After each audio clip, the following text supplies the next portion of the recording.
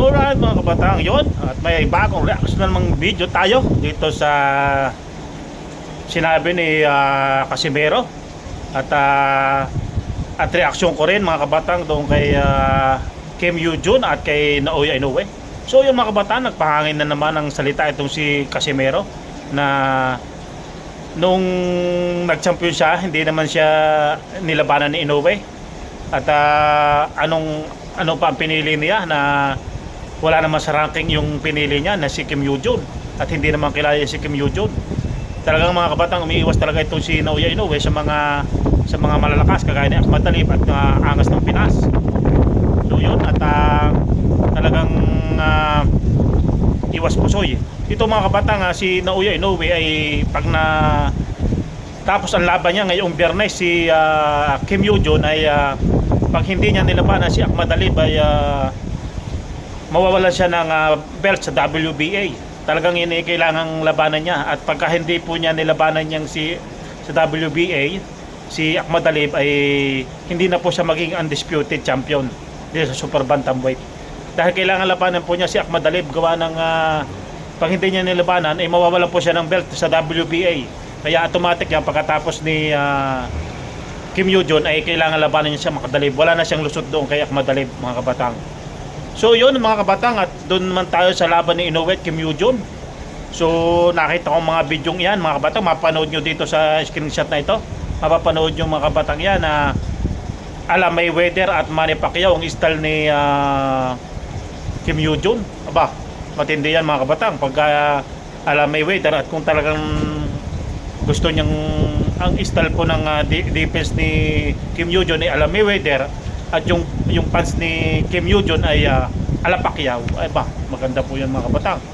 Talagang yun ay maayos ang training niya kung masusunod niya ang suntok ni Manny Pacquiao at defense ni Mayweather. So kung susuntok si Inoue ay style Mayweather ang style niya.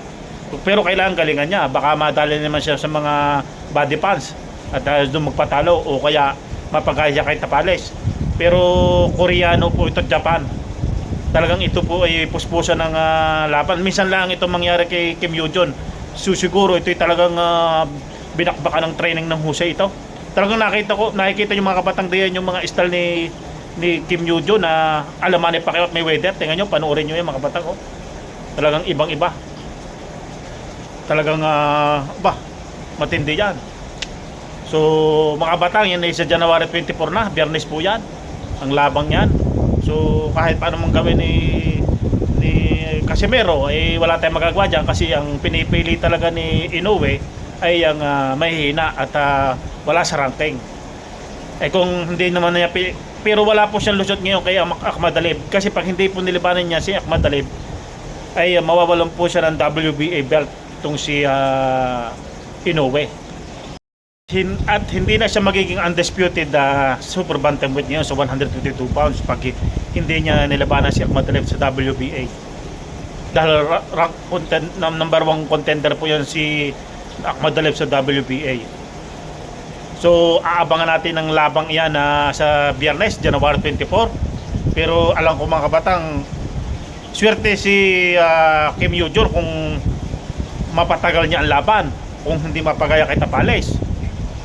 Magaling siya dumipens kung ala Mayweather at magaling siyang sumuntok kung ala Pacquiao. Matindi yan mga kabatang. Pag nagtagal yan ng round 1 at naging round 2 pa, ibig sabihin nahihirapan si Inoue na pabaksak kay si Kim Yoo-jun. Pag umabot pa yung round 3, ibig sabihin magaling si Kim Yoo-jun.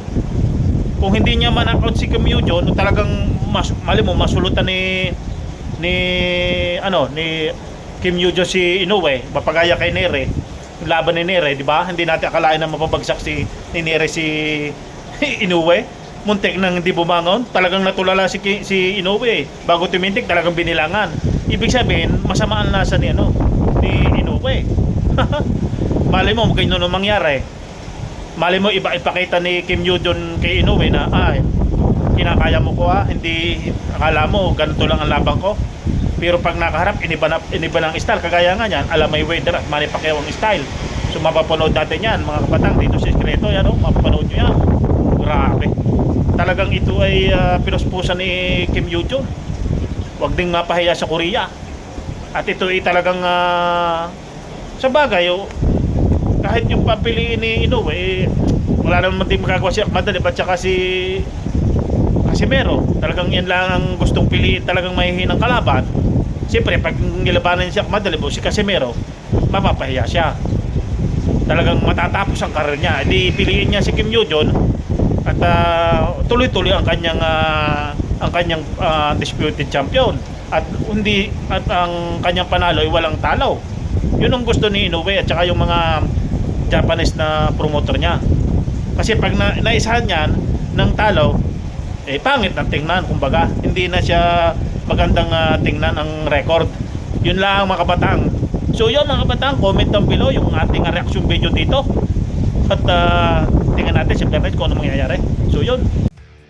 So yun mga kabatang, ayos din yung galawan ni Kim Yoo-jong, Pacman nga at saka Pacman na rin style, Pacman, ala Pacman.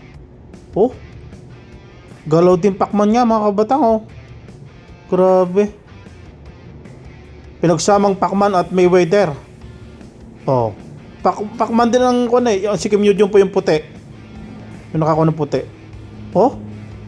Galawang Pacman nga, Grabe. Alam mo Mayweather yan mga kabatang. Alam Mayweather ang style niya. Talagang pinagtuunan ng fans nito mga kabatang ni Kim Yoo-jong, Yan po ang training niya. Matindi. Talagang papahirapan din yata si Inoue dito, Hindi pa natin alam kasi kay Neri nga hindi natin alam pamabagsak Malay nyo malusutan niya ni Kim Yoo-jong. So yun mga kabatang, hanggang dito na lang ang ating reaction video. Yung comment down below sa ating comment section. Yun. Sanchez mo pressure. Casimeroの左が火を吹いた。見事なダウン。サンチェス立ち上がるか、うなずいた。立ち上がりました。残りは1分。